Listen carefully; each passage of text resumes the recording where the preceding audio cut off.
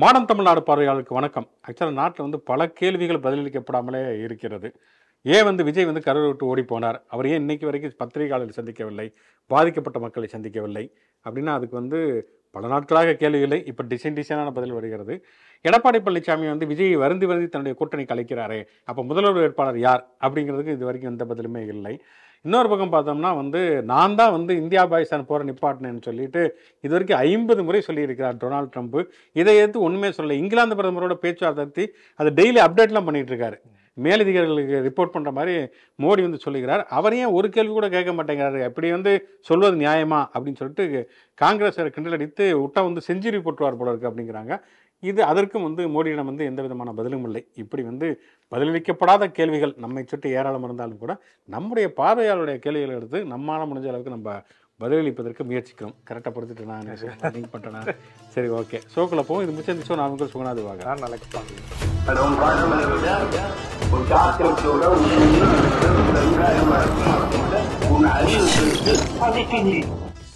சதக்கத்துல்லா அவர் கேட்டிருக்காரு வந்து அடிக்கடி வந்து என்னுடைய உரைகள் வந்து திரிசங்கு சுருக்கம் என்ற சொல்லை பயன்படுத்துகிறீர்களே, அப்படின்னா என்ன, அதற்கு பொருள் என்ன அப்படிங்கிற கேள்வியை கேட்டிருக்காரு. எந்த பஸ் ரூட்ல போனால் அந்த சொர்க்கத்துக்கு போக முடியும் அப்படின்னு இருக்காரு. ஆனால் ஆக்சுவலாக என்னன்னா அந்த சொர்க்கத்துக்கு போக முடியாது அப்படிங்கிறது தான் அந்த அதில் இருக்கக்கூடிய ஒரு சூட்சுமமே. திரிசங்கு சொர்க்கம் அப்படிங்கிறது ஒரு புராண கதையில வந்து வந்த ஒரு விஷயம். திருசங்கு அப்படிங்கிற ஒரு மன்னர் அவர் என்ன நினைச்சாருன்னா வந்து சொர்க்கத்துக்கு போகணும் அப்படின்னா வந்து பொதுவாக வந்து இறந்ததுக்கு பிறகு அவங்களோட உயிர் மட்டும்தான் சொர்க்கத்துக்கு போகும் அப்படின்னாங்க. அவர் வந்து தன்னோட உடலோட அந்த பூத உடலோட வந்து சொர்க்கத்துக்கு போகணும் அப்படின்னு நினச்சார். வந்து அது போக முடியாதுங்கிறப்ப தான் விஸ்வாமித்திரன் என்ன பண்ணியிருக்காரு, யாகம்லாம் நடத்தி நீ இப்போ நான் பார்த்துக்கிறேன் அப்படின்னு சொல்லிட்டு அவர் அனுப்பிச்சி விட்டுருக்கா. அப்படி வந்து இந்திரன் என்ன பண்ணியிருக்காரு, வந்து என் சொர்க்கத்துக்கு அப்புறம் என்ன கேட்காம ஓங்கி ஒரு மிதிச்சிருக்கா, அப்படி கீழே வந்திருக்கா. அப்படி விஸ்வாமித்திரன் வந்து என்ன நினச்சாரு, என்ன சொன்னார்னா, நீ கீழே வர்றதுக்கு நான் விட மாட்டேன், ஏன்னா நான் தான் கஷ்டப்பட்டு யாகம் நடத்தி உன்னை அனுப்பிச்சிருக்கிறேன், அதனால் நீ அப்படியே நில்லு அப்படின்னு சொல்லிட்டு அந்தரத்தில் நிற்க வச்சிருக்கா. அப்படி அதற்கு பேர் தான் திரிசங்கு சொர்க்கம் அப்படின்னு சொல்லுவாங்க. வந்து ஒன்று இப்போ சீமானு சொல்லல, ஒன்று நீ அந்த பக்கம் நெல் இல்லாட்டி இந்த பக்கம் நெல், நடுவில் என்ன லாரி அடித்து செத்து போயிடும் அப்படிங்கிற மாதிரி அதற்கு பேர் தான் திரிசங்கு சொர்க்கம். அதாவது நான் நடுவில் இருக்கேன், நான் நடுநிலை யாரை நட்ட நடுவில் இருக்கிறேன்னு சொல்லிட்டு அங்கிட்டும் இல்லாமல் இங்கிட்டும் இல்லாத மாதிரியாக இருக்கக்கூடிய ஒரு நிலைமை இருக்குது இல்லையா, வந்து அதைத்தான் சொல்லுவார்கள். ஆனால் இதில் என்னென்னா வந்து உண்மையான நடுநிலைமை என்பது போட்டலாம், அது வேறு விஷயம். பல பேர் என்னென்னா நான் நடுநிலைமை இருக்கிறேன்னு சொல்லிட்டு அவங்க ஒரு ஸ்டாண்ட் எடுத்து வச்சுருப்பாங்க. அதை நேரடியாக சொல்லாமல் மறைமுகமாக சொல்லுவார்கள். அதே மாதிரி எனக்கு அரசியல்லாம் பிடிக்காதுங்க, எனக்கு அரசியல்லாம் தெரியாதுங்க, சீச்சி அரசியலாக ரொம்ப மோசம்னு சொல்லுவாங்க. ஆனால் அப்படி சொல்வதே ஒரு வகையான அரசியல் தான். ஏன்னா வந்து உலகத்தில் அரசியல் இல்லாமல் எதுவுமே இல்லை. எல்லாருக்குமே ஏதாவது ஒரு வகையில் ஒரு அரசியல் சார்பு இருக்கிறது. அதை மறைச்சிட்டு இந்த மாதிரி வந்து நடிப்பது, நடுநிலை வேடம் பூணுவது அப்படிங்கிறது ஒரு திருச்சங்கு சொர்க்கம். அந்த சொர்க்கத்துக்கு வந்து பஸ் ரூட்டே கிடையாது. ஏன்னா வந்து அதுவே வந்து நட்ட நடுவில் தான் நிற்கிது. அப்படி பஸ்ஸில் போனீங்கன்னா அதுவுமே வந்து பாடத்துக்கு போயிட்டு இருக்கப்போ பாலம் உடஞ்சி விழுகிற மாதிரி தான் அந்த பஸ்ஸுமே நடுவில் நிற்கணும் அப்படிங்கிற ஒரு அறிவார்ந்த பதிலாக நம்ம சொல்லிக்குவோம்.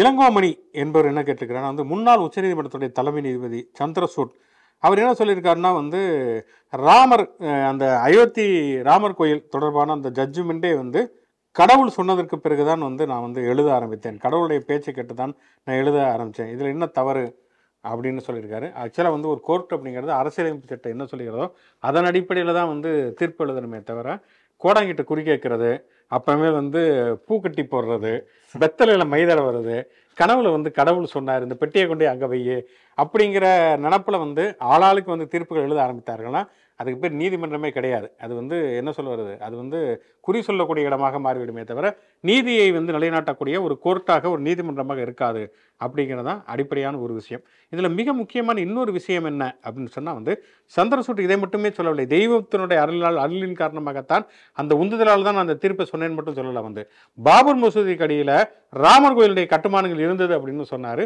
அதுவுமே ஒரு சட்டவிரோதமான ஒன்று. ஏன்னா வந்து ஏற்கனவே வந்து தொடர்ச்சியாக இந்துத்துவாதிகள் சொன்னது பிறகு தொல்லியல் துறை வந்து அங்கே ஆய்வு நடத்துகிறது. தொல்லியல் துறை ஆய்வு நடத்தி என்ன சொல்லுகிறதுனா பாபர் மசூதிக்கு கீழே வந்து சில கட்டுமானங்கள் இருந்தது அப்படிங்கிறது உண்மைதான். ஆனால் அது வந்து ஒரு கோயிலுடைய கட்டுமானங்கள்னு உறுதிப்படுத்த முடியாது. அது வந்து ஒரு பௌத்த வழிபாட்டு தலமாக ஒரு விகாரையாக புத்த விகாராக கூட இருப்பதற்கான சாத்தியங்கள் இருக்கிறது. அது கோயிலுடைய கட்டுமானங்கள் என்பதற்கு எந்த விதமான உறுதியும் கிடையாது அப்படின்னு இருக்காங்க. வந்து பொதுவாகவே வந்து ஒரு நூற்றுக்கணக்கான ஒரு ஆயிரக்கணக்கான ஒரு இடத்துல வந்து ஒரு கட்டடத்தை நம்ம வந்து எந்த கட்டடத்தை நீங்கள் தோண்டி பார்த்தீங்கன்னாலும் அந்த இடத்துல வந்து வேறு சில கட்டுமானங்கள் இருப்பதற்கு வாய்ப்புகள் இருக்குது. இப்போ நம்ம இங்கே பேசிகிட்டு இருக்கிறோம், இதுவே வந்து ஒரு கட்டத்தில் வந்து டெமாலிஷ் பண்ணிட்டு இன்னொரு பில்டிங் அதை கட்டுறாங்கன்னு சொன்னால் கண்டிப்பாக இதனுடைய தடயங்கிறது அங்கே இருக்கத்தான் செய்யும். அப்படி இருக்கிறப்ப வந்து இப்போ வந்து உங்களுடைய வாட்சே இன்னும் விழுந்துருச்சு, 300 வருஷம் கழிச்சு வந்து எடுக்கிறாங்கன்னா அலெக்ஸ் வந்து இங்கே தான் வந்து பிறந்தாரு, அதனால் இங்கே தான் வந்து அலெக்ஸுக்கு வந்து நாங்கள் வந்து நினைவகம் கட்டுவோம் அப்படின்லாம் யாரும் சொல்ல முடியாது. போகிற போக்கில் எங்கேயாவது இடத்துல கூட நீங்கள் போகிறதுக்கு அதுக்கான சாத்தியங்கள் இருந்திருக்கலாம். ஆக மொத்தம் என்னென்னா வந்து தொல்லியல் ஆய்வுத்துறை என்பது பாபர் மசூதி வந்து ராமர் கோயில் இடித்து கட்டப்பட்டது என்று எங்கேயுமே சொல்லவே கிடையாது. அயோத்தி ராமர் கோயிலுடைய தீர்ப்பில் என்ன சொல்லப்பட்டது அப்படின்னு சொன்னால் வந்து நாங்கள் வந்து ஒரு சமரச தீர்ப்புக்கு வருகிறோம். தொடர்ச்சியாக இந்த மாதிரியான ஒரு ஒரு இஷ்யூ என்பது இருக்கிறது, தொடர்ச்சியாக டிஸ்பியூட் இருக்கிறது இந்துக்களுக்கும் முஸ்லீம்களுக்கும். இதில் வந்து நாங்கள் வந்து ஒரு சமரச தீர்வுக்கு வந்து முடிவுக்கு வர விரும்புகிறோம். அதனால தான் வந்து பாபர் மசூதி கட்டுவதற்கும் நாங்கள் வந்து இடத்த வந்து ஒதுக்குகிறோம். அதே மாதிரி ராமர் கோயில் கட்டுவதற்கும் ஒரு இடத்த நாங்கள் ஒதுக்குகிறோம். அதில் வந்து அநியாயமான ஒரு விஷயம் என்னென்னா, எங்கே பாபர் மசூதி இடிக்கப்பட்டதோ அங்கே ராமர் கோயில் கட்டுறதுக்கு இடத்த கொடுத்துட்டு மசூதிக்கு அதை தாண்டி வேற எங்கேயோ கொடுத்தாங்க அப்படிங்கிறது அதுக்கு டிஸ்பியூட்டு. அது மட்டுமல்ல, இப்போ வந்து அந்த இடத்துல வந்து ராமர் கோயில் கட்டப்பட்டு விட்டது, இன்னமும் மசூதி கட்டப்படவில்லை. உத்தரப்பிரதேச அரசு தான் அதுக்கு வந்து நிதி ஒதுக்கி வந்து அதை கட்டணும்னு சொன்னது கோர்ட்டு தான். ஆனால் உத்தரப்பிரதேச நிதி கொடுக்காது மட்டும் இல்லாமல் அங்கே பல இடையூறுகளையும் ஏற்படுத்தி கொண்டிருக்கிறாங்கிற தகவல்களுமே அங்கே வருகிறது. அங்கே நிலவரியிலேருந்து அரசு ஏகப்பட்ட வந்து வேணும்னே தேவையற்ற நெருக்கடிகள் கொடுக்குறாங்க அப்படிங்கிற கேள்வியுமே வருகிறது. 300 ஆண்டுகளுக்கு மேலாக இருந்த ஒரு மசூதி இடிக்கப்பட்டது அப்படிங்கிறது, அது இடிக்கப்பட்டது பாபர் மசூதி மட்டுமல்ல, இந்தியாவுடைய சகிப்புத்தன்மை, இந்தியாவுடைய மதச்சார்பின்மை, அரசியலமைப்பு சட்டத்தின் மீது மக்கள் வைத்திருந்த நம்பிக்கை, அதுதான் வந்து அடித்து தரைமட்டமாக நொறுக்கப்பட்டது அப்படிங்கிறத ஒரு உண்மையான ஒரு விஷயம். அதனால வந்து அங்கே வந்து ராமர் கோயில் இருந்துச்சு அப்படிங்கிறதுக்காக வந்து தீர்ப்பு கொடுத்துட்டாங்க அப்படிங்கிறது கிடையாது. அங்கே வந்து வேற வழி இல்லை, தொடர்ச்சியாக வந்து பிரச்சனைகள் வந்து எழக்கூடாது அப்படிங்கிறதுக்காக. இன்னொரு மிக முக்கியமான ஒரு விஷயம் என்னன்னா, இந்த வந்த தீர்ப்புமே கூட ராமர் கோயில் பாபர் மசூதி அந்த இடம் யாருக்கு சொந்தம் அப்படிங்கிறதுல வந்ததை தவிர, பாபர் மசூதிங்கிறது இடிக்கப்பட்டது இல்லையா 1992 டிசம்பர் 6 அந்த இடித்த குற்றவாளிகள் மீது எந்த விதமான நடவடிக்கை இதுவரைக்கும் இல்லை. முரளி மனோகர் ஜோஷியிலேருந்து, அசோக் சிங்கால்ல இருந்து, உமாபாரதியிலேருந்து, அத்வானியிலேருந்து எல்லாருமே விடுதலை பண்ணிட்டாங்க. அப்போ பாபர் மசூதி எப்படி இடிஞ்சு விழுந்துச்சு? தற்கொலை பண்ணிச்சு. காந்தி வந்து தனக்கு தானே சுட்டு தற்கொலை செஞ்சுக்கிட்ட மாதிரி, இல்லை கோட்சேவுடைய துப்பாக்கி வாங்கி அவரே சுட்டு தற்கொலை பண்ணிக்கிட்ட மாதிரி, பாபர் மசூதி வந்து ரொம்ப வயசாயிருச்சு, ரொம்ப வருஷம் ஆயிடுச்சு, எவ்வளோ நாள் தான் இங்கேயே இருக்குன்னு அதுவே இடிஞ்சு விழுந்துருச்சு அப்படிங்கிறது நமக்கு தெரியலை. ஆக மொத்தம் என்ன அப்படின்னு சொன்னால், பாபர் மசூதி இடிப்பு என்பது ஒரு மிகப்பெரிய ஒரு குற்றம், அது ஒரு சட்டவிரோதம். அதை வந்து தீர்ப்பு சொல்லக்கூடிய நீதிமன்றத்துடைய தலைமை நீதிபதி தப்பான ஒரு தகவலை அவர் சொல்லுகிறார். வந்து தொல்லியல் ஆய்வுத்துறை சொல்லவே சொல்லாத ஒரு தகவலை அவர் அந்த அறிக்கையிலே இல்லாத ஒரு தகவல் சொல்கிறார். பாபர் மசூதி கீழே ராமர் கோயில் இருந்துச்சுன்னு.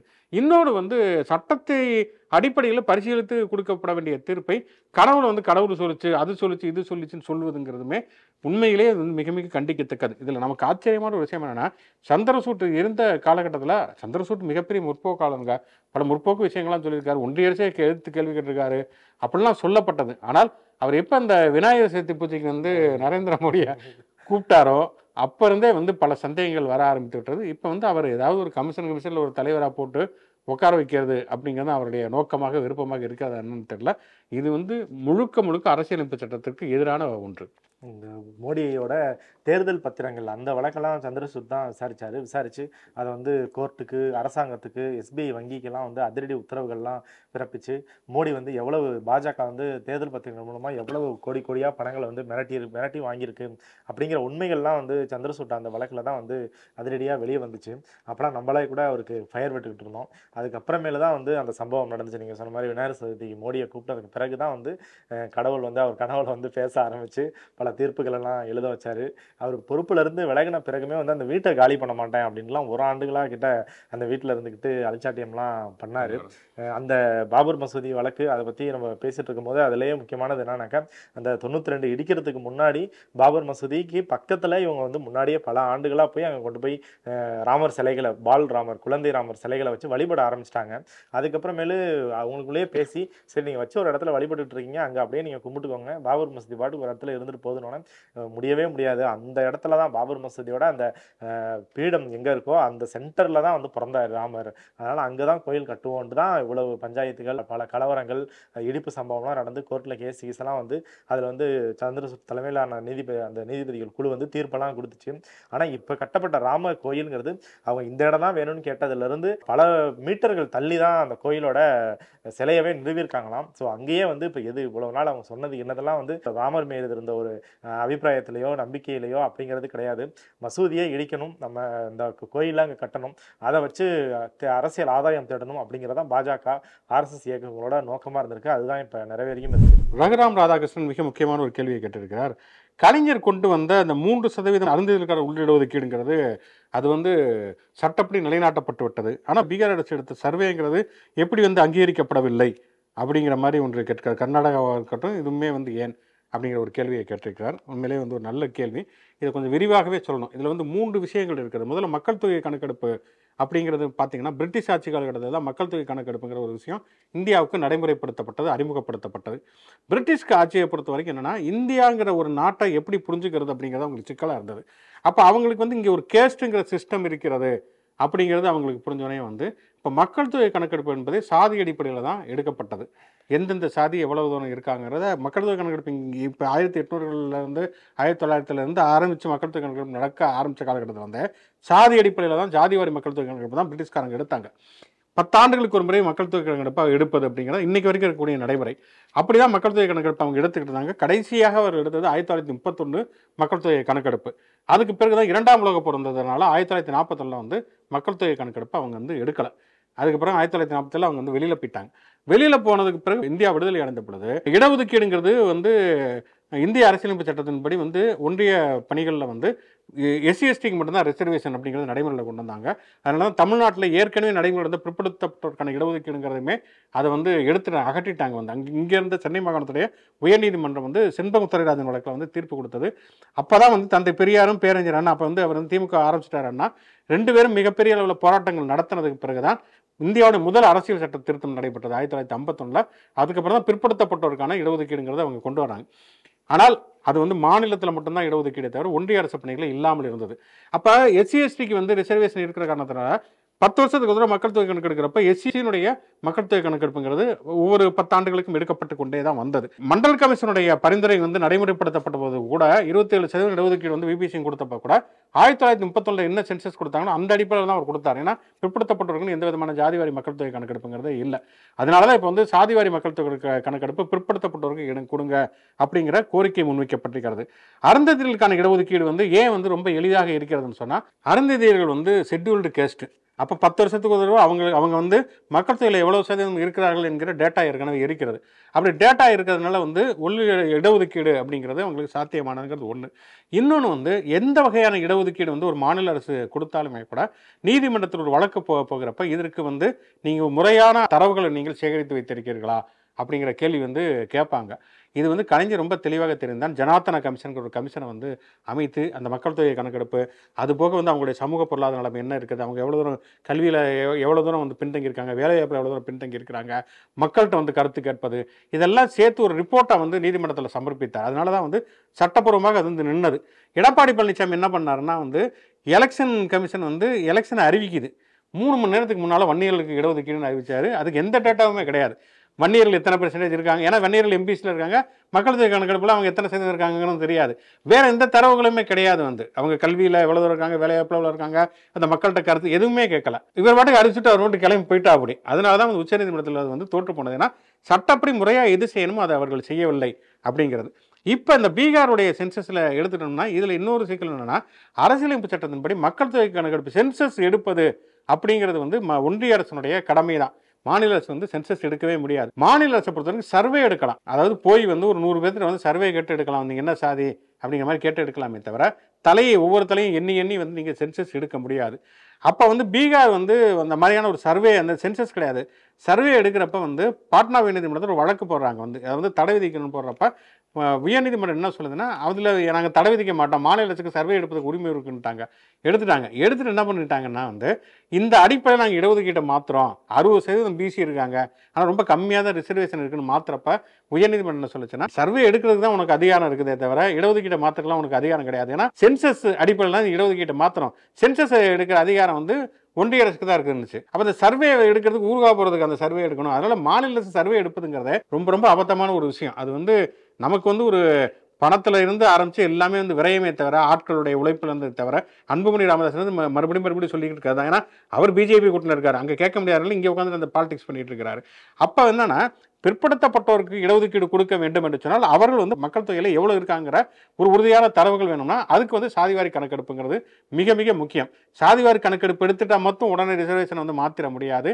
அதுக்கு வந்து நீங்கள் வந்து அதுக்கு ஒரு கமிட்டி போட்டு அது வந்து முறைப்படியான ஒரு ரிப்போர்ட்டை சமர்ப்பிக்கணும். அதனால தான் திமுக ஆட்சி காலகட்டத்தில் அந்த முறைப்படி நீட்டை வந்து ஒழிக்கணும்னா கூட அதுக்கு வந்து ஒரு ராமனுடைய தலைமையில் ஒரு கமிஷன் போட்டு அது வந்து இப்போ ரிப்போர்ட்டை சப்மிட் பண்ணுறாங்க. வந்து அப்படி தான் ஒவ்வொன்றுமே செய்ய முடியும். அப்படி செய்தால் தான் அது சட்டப்பூர்வமாக கிடைக்கும். அதனால தான் வந்து 2009 வந்து அறிஞர்கள் உள்ளதுக்கு கலைஞர் கொடுக்குறாரு. 16 வருஷத்துக்கு பிறகு வந்து உச்சநீதிமன்றத்துக்கு போனாலும் அது வந்து மீண்டும் அது வந்து நிலைநாட்டப்படுகிறதுனா அவ்வளோ ஸ்ட்ராங்காக வந்து அதை பண்ணியிருக்காரு. அதை பண்ணாமல் போன போக்கில் எடுத்தோம் கவித்தோம் ஏதோ இப்போதைக்கு நம்ம ஆட்சியில் இருக்கோங்கிறதுக்கு ஏதாவது ஒன்று பண்ணிட்டு போனாங்கன்னா அது வந்து எப்போதுமே நிலைத்து நிற்காது என்பதுதான் வரலாறு. பீகார்ல சொன்னது எப்படி உச்சநீதிமன்றம் உயர்நீதிமன்றங்களை வந்து அது புறந்தள்ளப்பட்டு அந்த எதுக்குமே உதவாது அப்படின்ட்டு அந்த ஜாதிவாரி கணக்கெடுப்பு வந்து கபோர்டில் இருக்கும். அதே மாதிரி தான் தெலுங்கானாலையும் எடுத்தாங்க. இப்போ கரண்டாக வந்து கர்நாடகாவில் ஜாதிவாரி கணக்கெடுப்பு வந்து நடக்கும் பணிகள்லாம் நடந்துகிட்டு இருக்கு. ஸ்கூலுக்கெல்லாம் 10 நாள் லீவ் விட்டு எடுத்துகிட்டு இருக்காங்க. இந்த மூணையும் வச்சு தான் வந்து எதிர்கட்சிகள் அதாவது சீமான், விஜய், அன்புமணி ராமதாஸ் எல்லாருமே வந்து மறுபடியும் வந்து திமுக அரசிட்ட சொல்லிக்கிட்டே இருக்கு. பீகாரில் எடுக்கிறாங்க, தெலுங்கானாவில் எடுக்கிறாங்க, கர்நாடகாவில் எடுக்க போகிறாங்க. உங்களுக்கு எடுக்கிறது என்ன, ஜாதிவாரி கணக்கெடுப்பு எடுக்கணும்னு திருப்பி சொல்லிட்டு இருக்காங்க. பட் ஆனால் அதுக்கான பதில்களும் நம்ம தொடர்ந்து அதுக்கு பல வகையில் வந்து சொல்லிக்கிட்டு தான் இருக்கோம். அது வந்து எதுக்கும் பயன்படாது, ஒன்றிய அரசு தான் எடுக்கணும்ட்டு. பட் ஆனால் அவங்க அதை புரிஞ்சும் அதை வந்து வெளியே சொல்லாமல் வந்து திமுகவை எதிர்க்கிறது அப்படிங்கிற ஒன்றாவே வந்து இந்த ஜாதிவாரி கணக்கெடுப்பு அதை வச்சும் செய்கிற தேர்தல் அரசியல் அதை நோக்கி சென்றுட்டு இருக்காங்க. பாலமுருகன் பழனிசாமி என்ன கேட்டிருக்காருன்னா, தாவேக்கா மேலே எந்தவித தவறுகளும் இல்லை, தமிழக வெற்றி கழகத்தின் மீது எந்த தவறுமே இல்லைன்னா அப்படி பொதுச் செயலாளர் புஷியானது உடனடியாக சரணடைஞ்சிட்டு சட்ட ரீதியான போராட்டம் நடத்த வேண்டியதானே ஏன்னு கேட்குறாரு. அந்த கேள்விக்கு பதில் சொல்ல வேண்டிய புஷியானந்த் தான். ஆனால் அவர் எங்கே தலைமறைவாக இருக்கான்னு தெரியல. அனைவரும் அந்த பலூன் ஏதோ தாவேக்கால ஏதோ அந்த கூட்டத்தில் பறந்து போன பலூனை இன்னமும் தேடிக்கொண்டே இருக்கிறார் அப்படின்னு நினைக்கிறேன். வந்து அந்த கட்சியில் தலைவர்லேருந்து பொதுச் செயலாளர்லேருந்து யாருமே வந்து ஒரு நேரடியான பதிலை சொல்வதில்லை என்பதுதான் ஒரு மிக முக்கியமான பிரச்சனை. அவங்க உண்மையிலேயே சொன்னது மாதிரி அவங்க வந்து முன்ஜாமீன் கேட்குறாங்க. ஒன்று, நீங்கள் வந்து ஒரு காவல்துறை வந்து தங்களை கைது செய்வது வந்து ஒரு நியாயமான நடவடிக்கை இல்லைன்னா முன்ஜாமீன் கேட்பதுங்கிறது சட்டப்படி எல்லாருக்கும் உள்ள உரிமை தான். முன்ஜாமீன் கேட்டு நீங்கள் வந்து முன்ஜாமீனை வந்து மனுவை வந்து தள்ளுபடி பண்ணிட்டாங்கன்னா உடனடியாக காவல்துறை அவங்களை வந்து கைது செய்யும், அல்லது நம்ம போய் சரண்டர் ஆகணும். இது வந்து சரண்டர் ஆகலைங்கிறப்ப காவல்துறை அப்போ தலைமுறைவு குற்றவாளியாகத்தான், குற்றம் சாட்டப்பட்டவராக தான் அவர் இருப்பார். அதோட என்னன்னா, இப்போ அவர் வந்து என் மேலே குற்றம் இல்லை அப்படின்னு சொன்னால் கூட பரவாயில்ல, என் மேலே தப்பு கிடையாதுங்க, எல்லா தப்பும் அந்த மாவட்ட செயலாளர்கிட்ட தான் இருக்கு, அவரை பிடிச்சி உள்ளே போடுங்க அப்படிங்கிற மாதிரி தான் அவர் வந்து மனு தாக்கல் பண்ணார். இப்படி தான் இருக்குது தாவேக்காவுடைய நிலைமை. இந்த கேள்வியை ஒட்டுன கேள்வி தான் நிறையா இருந்துச்சு. அவர் மேலே வந்து எந்த தவறுமே இல்லை, தாவேக்கா மேலே எந்த தவறுமே இல்லை, அவங்க சொல்கிற மாதிரி அரசு தான் தவறு செஞ்சுருக்கு, அரசு தான் பாதுகாப்பு குறைபாடுனால இத்தனை உயிர்கள் இழந்திருக்குன்னா அதை வந்து அவங்க தைரியமாக மக்கள்கிட்ட சொல்லலாம், ப்ரெஸ் மீட்டில் சொல்லலாம், கோர்ட்டில் ஆஜராகி சொல்லலாம், அரெஸ்ட் ஆகி ஜெயிலில் போயோ நீதிமன்றத்துக்கு போயோ வந்து அதை வந்து நிரூபிக்கலாம். பட் அது எதுவுமே இல்லாமல் தவறு செஞ்சவங்க தான் ஓடி போகிறது, ஒளிஞ்சுக்கிறது, இந்த வேலைகள்லாம் செய்வாங்க. தாவேக்கால ஒட்டுமொத்தமாக எல்லாருமே வந்து இப்போ அதை தான் செஞ்சுக்கிட்டு இருக்காங்க. அவங்க பக்கிட்டு உண்மை இருக்கு, அரசு மேல தான் குற்றச்சாட்டுனா அதை வந்து மக்கள்கிட்டையும் சரி நீதிமன்றத்திலும் சரி சொல்றதுக்கு என்ன தயக்கம் அப்படிங்கிறது தான் கேள்விகளா நிறைய கமெண்ட்லாம் இருந்துச்சு. பட் அதான் அதுக்குமே எல்லாத்துக்குமே வந்து அவங்க தான் பேசியாகும். சுப்பிரமணியன் என்ன கேட்டிருக்காருன்னா, வந்து இப்போ தமிழ்நாடு அரசு மேலே உச்சநீதிமன்றம் பல கேள்விகளை முன்வைக்குதுன்னா அரசு வக்கீல் வந்து ஆஜராகி அதனுடைய வாதங்களை இவர் முன்வைப்பார்.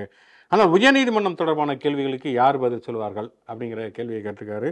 நல்ல ஒரு கேள்வி தான். என்னன்னா வந்து இப்போ ஒரு அரசு மீது, தமிழ்நாடு அரசில் எந்த மாநில அரசின் மீது ஒரு கேள்விகளை முன்வைக்கிறாங்கன்னா அவங்க ஒரு அரசு வழக்கறிஞர் வாதாடுவார். ஒன்றிய அரசின் மேலே நிறைய வந்து கேள்விகளை வந்து ஒரு உச்சநீதிமன்றம் முன் வச்சதுன்னா ஒன்றிய அரசின் சார்பாக அட்டர்னி ஜெனரல் வந்து வாதாடுவார் அப்படிங்கிறது ஒரு நடைமுறை. உச்சநீதிமன்றம் அப்படிங்கிறது அவங்க வந்து ஒரு அரசு கிடையாது, அவங்க வந்து நீதி நிலைநாட்டக்கூடிய ஒரு அமைப்பு. அதுக்கு மேலே ஒரு மேல்முறையீடு போகிறாங்க. இந்த உயர்நீதிமன்றம் கொடுத்தது மேலே எனக்கு திருப்தி இல்லை, இது வந்து சரியான தீர்ப்பு இல்லை, எனக்கு இன்னமும் நீதி வேண்டுங்கிறப்ப உச்சநீதிமன்றத்துக்கு மேல்முறையீடு போகிறாங்கிறப்ப உச்சநீதிமன்றம் வந்து கேள்விகளை முன்வைப்பதுங்கிறது ஒரு ஒப்பீனியனாக மட்டுமே முன்வைக்கிற பொழுது அதுக்கு வந்து ஹைகோர்ட் வந்து எந்த பதிலுமே சொல்லாது. வந்து அவங்ககிட்ட வந்து கேள்விகள் கேட்டு ஒரு ரிப்போர்ட் பண்ணுங்க அப்படிங்கிற மாதிரி ஒரு ஆர்டரை வந்து பிறப்பிச்சாங்கன்னா தான் அவங்க இது பண்ணுவாங்க. இல்லைன்னா அது வந்து ஒரு மணி ஒப்பீனியனாக கருத்தாக மட்டும்தான் நிற்கும். அதுக்கு வந்து உயர்நீதிமன்றம் தானாகவே ஆஜராகி அப்படி சொல்ல வேண்டிய எந்த விதமான அவசியமும் கிடையாது. மோகன் பாபுங்கிறவர் கேட்டிருக்கார், தமிழ்நாட்டு மீனவர்கள் மீது நடக்கும் தாக்குதலை இலங்கையில் உள்ள தமிழ் கட்சிகளும் புலம்பெயர்ந்த இலங்கை தமிழர்களும் இதுவரை கண்டித்திருக்கிறார்களா அப்படின்னு கேட்டிருக்கிறாரு. இதை பற்றி நம்ம கடந்த முறை கூட நம்ம விளக்கி இருந்தோம். அந்த மீனவர்களுடைய பிரச்சனை அப்படிங்கிறது வந்து அதனுடைய இன்னொரு பரிமாணம் பெருசாக யாருமே அதை பற்றி பேசவே மாட்டாங்க. என்னன்னா வந்து தமிழ்நாட்டுடைய மீனவர்கள் இலங்கையில் போய் அங்கே இருக்கக்கூடிய மீன் வளத்தை எடுத்துகிட்டு வந்துடுறாங்க அப்படிங்கிறது இலங்கையில் இருக்கக்கூடிய மீனவர்களுடைய ஒரு ஆதங்கம், ஒரு குற்றச்சாட்டு. இலங்கை மீனவர்கள் நம்ம சொல்கிறப்ப இலங்கை இருக்கக்கூடிய தமிழ் மீனவர்கள் மற்றும் சிங்கள மீனவர்கள் சேர்த்து தான் சொல்கிறோம். அப்படி இருக்கக்கூடிய ஒரு சூழலில் அங்கே இருக்கக்கூடிய புலம்பெயர்ந்த அமைப்பு, புலம்பெயர்ந்த ஈழத்தமிழர்களாக இருந்தாலும் சரி, இல்லை அங்கே செயல்படக்கூடிய தமிழ் தேசிய கூட்டமைப்பு மாதிரியான அமைப்புகள் கூட அதை பற்றி பெருசாக பேசுவதில்லை. இன்னும் சொல்லப்போனால் தமிழீழ விடுதலை புலிகள் கூட அதை பற்றி எந்த விதமான கண்டன அறிக்கையுமே வெளியிட்டது கிடையாது. அப்படி வெளியிட்டிருந்தால் அங்கே இருக்கக்கூடிய தமிழ் மக்கள், இலங்கை தமிழர்கள் மத்தியில் தங்களுக்கு ஒரு அதிருப்தி வந்துடும் அப்படிங்கிறனால அதை பற்றி அவங்க பேசுனதே கிடையாது. அதனால் முன்னாடி சொன்னேன், சீமான் வந்து ஒரு முழு பொய்யை திருப்பி சொல்லிகிட்டே இருக்காரு. பிரபாகரன் இருந்த வரைக்கும் மீனவர்கள் படுகொலை நடக்கலை, புலிகள் இருந்த வரைக்கும் அதெல்லாம் நடக்கவே இல்லை, கையை வச்சு பாருங்க, அண்ணன் இருந்தால் கை வச்சு போய்ப்பாங்களா அப்படின்னு பேசுவது முழுக்க போய் அவர்கள் இருந்த பொழுதும் இது நடந்து கொண்டு தான் இருந்தது. அவர்கள் இந்த விஷயத்தில் தலையிடல, அதுக்கு வேற ஒரு நியாயங்கள் அவங்களுக்கு இருந்துச்சு அப்படிங்கிறதான் யதார்த்தமான உண்மை. மோகன்தாஸ் அவர் கேட்டிருக்காரு, மத்திய அரசு வந்து 4 பாயிண்ட்டுகளில் வந்து பேட்ரோலிங் போட்டு நம் மீனவர்கள் எல்லை தாண்டாமல் ஏன் பார்த்து கொள்ளக்கூடாது அப்படின்னு இருக்கிறாரு. ஆக்சுவலாக ரோந்து படகுங்கிறது எப்போதுமே உண்டு. அது இந்திய கடற்படையினுடைய ரோந்து படகும் உண்டு, இலங்கை கடற்படையினுடைய ரோந்து படகுமே உண்டு. இவர் என்ன நினச்சிட்டாருன்னா, ஏதோ ஒரு முட்டுச்சந்து 4 தெரு இருக்குதும், அங்கே 4 முனையில் வந்து கப்பலை நிப்பாட்டிட்டு அதுக்கிடையில் ரோந்து பண்ணி அவங்கள வந்து தாண்டா விடாமல் பார்த்தலான்னு. கடலுங்கிறது எவ்வளோ பெரிய விதிந்த பரப்படியாது. ரோந்து படகு வந்து ரோந்து போய்கிட்டே இருக்கும். அதில் வந்து மீனவர்கள் அப்போ போகிறப்ப தான் அந்த மாதிரியான கைது நடவடிக்கைலாம் நடக்குது. வந்து எல்லை தாண்டி மீன் பிடிக்கிறாங்கன்னு சொல்லி இலங்கை கடற்படை வந்து பிடிக்குது. சமயத்தில் இந்திய கடற்படை கூட நீங்கள் வந்து எல்லை தாண்டி வந்துட்டீங்கன்னு அவங்க இடையில பார்த்தாங்கன்னா சொல்லியிருப்பதற்கான சாத்தியங்களுமே இருக்கிறது. அப்படி இருக்கக்கூடிய ஒரு சூழலில் வந்து குறுகிய நிலப்பரப்பு அல்ல, அது வந்து மிகப்பெரிய விரிந்த கடல் பரப்புங்கனால அப்படி உடனடியாக அவங்களால பண்ணிட முடியாது. மீனவர்களை பொறுத்த வரைக்கும் இதில் 2 விஷயம் இருக்குது. ஒன்று என்னென்னா, சில பேர் தெரியாமலே வந்து எல்லை தாண்டி விடுவார்கள். ஏன்னா வந்து நீங்கள் வந்து கடலில் இதில் இருக்கிற மாதிரி வந்து நீங்கள் பைபாஸில் போகிற மாதிரி இப்போ விழுப்புரம் தாண்டிட்டப்பா திண்டிவனம் வந்துடும் அப்படின்னு சொல்ல முடியாது. கடலில் வந்து அது வந்து சில பேர் வந்து ரொம்ப அனுபவமாக 30 வருஷம் 40 வருஷம் வந்து படகு ஓட்டக்கூடியவர்களுக்கு அது தெரிவதற்கான வாய்ப்பு உண்டு. சில சமயம் வந்து காற்றினுடைய திசை வந்து காற்று புயல் அடிக்கிறது, காற்றடிக்கிறது, அதனால் வந்து திசை மாறி போனவர்கள்லாம் கூட உண்டு. அப்படி வந்து போவதற்கான வாய்ப்பு உண்டு. சில பேர் வந்து தெரிஞ்சே தான் வந்து எல்லை தாண்டுவதும் உண்டு. ஏன்னா வந்து இந்த எல்லையை தாண்டி போனால் தான் மீனே கிடைக்கும், சின்ன மீன்கள் தான் கிடைக்கும், பெரிய அளவில் வியாபாரத்துக்கான மீன்கள் கிடைக்காதுங்கிறப்ப தாண்டி தான் போகணும். ஒரு ரிஸ்க் எடுத்து போகிறது தான், பிடிச்சா பார்த்துக்கணும். ரிஸ்க் எடுத்து போயும் மாட்டக்கூடியவர்கள்லாம் உண்டு. அதனால் வந்து இந்த ரோந்து பணிகள்னால மட்டுமே அதை வந்து முற்றிலுமாகலாம் தடுத்து விட முடியாது. ரோந்து பணிகள்ங்கிறத தாண்டியுமே வந்து இப்போ நிறையா டெக்னாலஜிலாம் வந்துருச்சு. நீங்கள் சொன்ன மாதிரி இதுதான் இந்த எல்லை, இந்த ஒரு கால் எடுத்து அங்கிட்ட வச்சா இலங்கை அப்படின்லாம் வந்து கடலில் வந்து கண்டுபிடிக்க முடியாது. ஆனாலுமே வந்து போட்டுகளுக்கு வந்து நிறங்கள், இந்த ஆந்திரா போட்னா இந்த கலரில் இருக்கணும், தமிழ்நாடு போட்னா இந்த கலரில் இருக்கணும், இலங்கை போட்டுக்கு தனி கலரு, அவங்களோட தேசிய கொடியை வந்து அதில் பறக்க விடணும், ஜிபிஎஸ் கருவிகள் வந்து அரசு சார்பாக கொடுக்கறது, வாக்கி டாக்கிலாம் கொடுக்கறது. போன முறை வந்து ஜெயக்குமார் வந்து மீன்வளத்துறை அமைச்சராக இருக்கும்போது வாக்கி டாக்கி ஊழல்லாம் பெருசாக நிலவுக்கு வந்தது. வாக்கி டாக்கிலாம் வாங்கி மீனவர்களுக்கு கொடுத்து கடலுக்கு அமுச்சு விட்டாரு. அங்கே போனோன்னா அந்த வாக்கி டாக்கிலாம் வேலை செய்யலை அப்படிங்கிற புகார்கள்லாம் வந்துச்சு. இப்படி எல்லா வசதிகளும் செஞ்சும் மீண்டும் அந்த கடல் தாண்டது அப்படிங்கிறது நடந்துக்கிட்டு தான் இருக்குது. அதுக்கான காரணங்களும் நீங்கள் சொன்னீங்க. ஜெயக்குமார் அனைமா அது வந்து வாக்கி டாக்கியாக இருக்காது. எம்ஜிஆர் பாட்டை வந்து டிரான்ஸ்லேட்டரில் போட்டு கேட்டிருப்பார், அதை வாக்கி டாக்கி நினச்சி கொடுத்து அனுப்பிச்சிருப்பாருன்னு நினைக்கிறேன். ஓகே, பல்வேறு விதமான பதில்களை நம்ம சொன்னோம். கடைசியாக ஒரு விளையாட்டு செய்தி, இன்னைக்கு வந்திருக்கக்கூடிய ஒரு செய்தி என்னன்னா, பாஜகவுடைய இளைஞரணி மாநில செயலாளர் திரு எஜ்ஜி சூர்யா அவர் என்ன சொல்லியிருக்காருன்னா, பாஜகவில் அடுத்த 3 ஆண்டுகளில் 10 லட்சம் இளைஞர்களை கண்டிப்பாக சேர்த்தே ஆக வேண்டும். அதனால ஒவ்வொரு நிர்வாகியும் டிசம்பர் மாதத்துக்குள்ள 100 இளைஞர்களை சேர்க்கணும். விவேகானந்தருக்கு பிறகு 100 இளைஞர்கள் கேட்குற ஒரே ஆள் எஜ்ஜி சூர்யாவை தான் இருப்பாங்க. 10 லட்சத்துக்கு அவங்க எங்கே போவாங்க? மீட்டிங் நடப்புறதுக்கு ஆள் இல்லாமல் அங்கே எல்லாமே காலி சேர் வச்சுருக்காங்க. வந்து ஏற்கனவே மிஸ்டு கால் அப்படின்னு சொல்லி தான் அறிவிச்சு அது வந்து பலான சைட்லலாம் போட்டு நம்பரை போட்டு இந்த நம்பருக்கு கால் பண்ணிங்கன்னா அழகிகள் வருவாங்கன்னு சொல்லி அவங்க பாட்டுக்கு மிஸ்டு கால் கொடுக்க பாஜக உறுப்பினராக இணைந்ததற்கு நன்றி வந்தாங்க அலர்ந்த கதையெல்லாம் உண்டு. அதனால வந்து பரவாயில்ல, அவர் ஏதோ ஒரு முயற்சி எடுக்கிற. அப்படி அவருமே வந்து ஒரு என்டர்டைன்மெண்ட்ல வந்து இடம் பிடிக்கணும்ல. கேடி ராகவன் வந்து ஆரம்பிச்சு எக்கச்சக்கமான பேர் அப்பப்போ இந்த மாதிரியான என்டர்டைன்மெண்ட் பட்டியலில் வருவாங்க. அந்த மாதிரி பாஜகவுடைய இளைஞரணி செயலாளர்னு ஒருத்தர் இருக்கார், அவர் எஜ்ஜி சூர்யாங்கிறது இதன் மூலமாக நான் தெரிந்து கொண்டேன். அந்த வகையில் வந்து இந்த செய்திக்கு நான் நன்றி. ஓகே, நாம் வந்து பல்வேறு விதமான பதில்களை சொல்லியிருக்கிறோம். கண்டிப்பாக இந்த பதில்கள் உங்களுக்கு திருப்திகரமாக இருக்கும் என்று நம்புகிறோம். மாற்று கருத்து இருந்தாலும் நீங்கள் வந்து கமெண்ட்டில் பதிவு பண்ணுங்கள். தொடர்ந்து மாடர்ன் தமிழ்நாடு யூடியூப் சேனலோட தொடர்புகள் முச்சன் ஷோ லைக் பண்ணுங்கள், கமெண்ட் பண்ணுங்கள். மாடர்ன் தமிழ்நாடு சேனலுக்கு சப்ஸ்கிரைப் பண்ணுங்கள். யூடியூப் மாதிரியே மற்ற சமூக இணையதளங்களையும் நமக்கான பேஜஸ் இருக்குது, அங்கேயும் லைக் பண்ணி ஷேர் பண்ணி உங்களோட ஆதரவை தொடர்ந்து கொடுங்க. மீண்டும் ஒரு நிகழ்ச்சி சந்திப்போம்.